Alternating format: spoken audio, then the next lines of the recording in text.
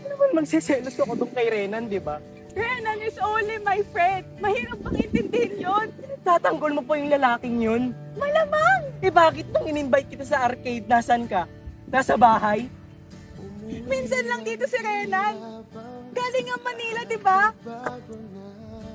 Wala kang ang oras sa akin. Wala ka ding tiwala sa akin.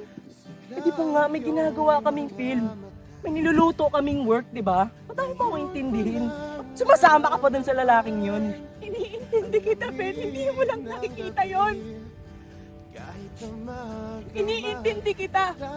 Kahit hindi mo sabing intindihin kita, iniintindi kita. Kahit sarili ko, hindi ko na maintindihan. Iniintindi. Tapos ngayon, lumabas lang ako kasama si Rena, nagagalit ka? Pinost mo pa sa social media? Ano yon? Immature ka?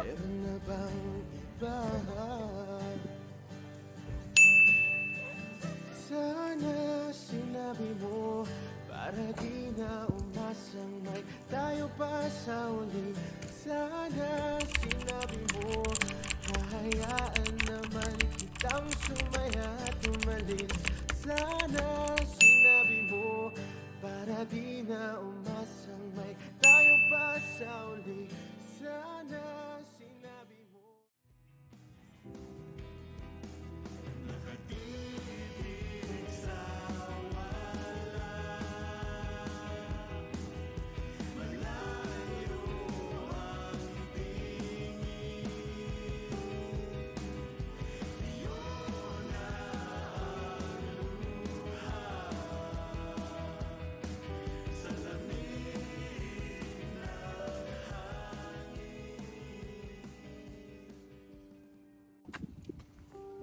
Ben, ano? Okay lang. Ano ka pa dito? Hindi naman. Pero po tayo. Ano na nangyayari sa inyo ni Ain? Ha? Nakikita ko mga post niya sa social media and okay sa'yo, Ben? Pag-delete na muna yung mga yun. Parang ako, pre. Parang ako lagi mali. Di naman sa ganun, Ben. Matanda ka na, hindi ka na bata, so you should act like an adult. Mag-usap kayo. Huwag yung mag-rant out kayo sa social media kasi wala kayong mapapala doon. Wala ka namang alam sa amin eh. Ikaw ba nangyayang Ewan ko sa'yo, Ben. Uwi ka Ewan na. ko sa'yo talaga. Take Trabaho my ka ba, di ba? advice ko, ah. Ingat bro. Salamat sa comfort.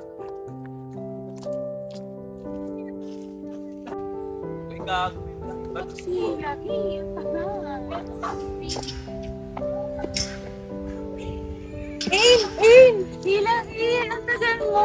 Sorry natagalan. Ang traffic kasi kanina. Kasi naman eh. Ano nga? Nakita ko yung post niya. Alam mo na sino tinutukoy ko. Kamusta ka naman doon? Hindi ko nga alam eh. Hindi ko alam kung okay kami o kung anong mangyayari sa amin after ng sagutan namin. Napafrustrate ako lalo na kay Pete. Mali ba ako? Base sa nakita ko sa post, Naglakad ka lang lang. halata namang nagulat siya doon. Kasi di ba nakwento mo rin nung nakaraan, dapat mag-art. Siguro nagselos lang siya kasi sinama mo si Renan. Pero alam ko rin naman yung dahilan mo kung bakit. Alam ko rin gaano katagal nang hindi bumabalik si Renan dito sa lugar natin. Ilang beses ko na pinaliwanag kay Belgoy. Bago pa maging kami, kaibigan ko na si Renan. Hindi ko naman, parang wala, kaibigan lang siya. Tapos biglang ganun yung attitude niya sa akin na yung sa social media, like, ang immature, like, ang bastos. Ano sa tingin mo iisipin ng ibang tao dun? Nagulat lang siya dun. Pero alam ko namang sa relasyon niyo yan, alam ko maayos niya, mahal niya isa't isa. Konting usapan lang niya. Gusto kong maayos. Pero, magiging better ba yun if ako yung maunang mag-sorry? Ito, kung sa palagay mo, pero mas okay na mag-sorry ka. Pero hindi lang sa salita. Dapat sa gawa din. Dapat iparamdam mo sa kanya na naintindihan mo yung damdamin na naipakita niya. Alam ko ba, simula nung nag-start, nung nag-college tayo, hindi na kami palalabas ni Ibe. Kaya siguro, hindi na rin ako sumasama pag nag-aaral siya. Dahil na rin siguro yun sa nagmamature kayo. Sabi nga ng mga kasabihan, pag tumatanda, hindi na lumalabas sa bahay. Siguro, naamin ko din naman na yun yung fault ko, na na inuna ko si Rena. Maganda na dapat kasi sa inyong dalawa, yung date nyo kumbaga na normal lang. Tapos dun nyo makikita yung parang work nyo sa isa't isa na, ay ganito pala siya kasama, ganito siya kabanding, na masaya naman pala talaga. Usapin ko kaya siya. Mas maganda yun na mag-usap kayong dalawa. Yung masinsinan, maayos niyan panigurado.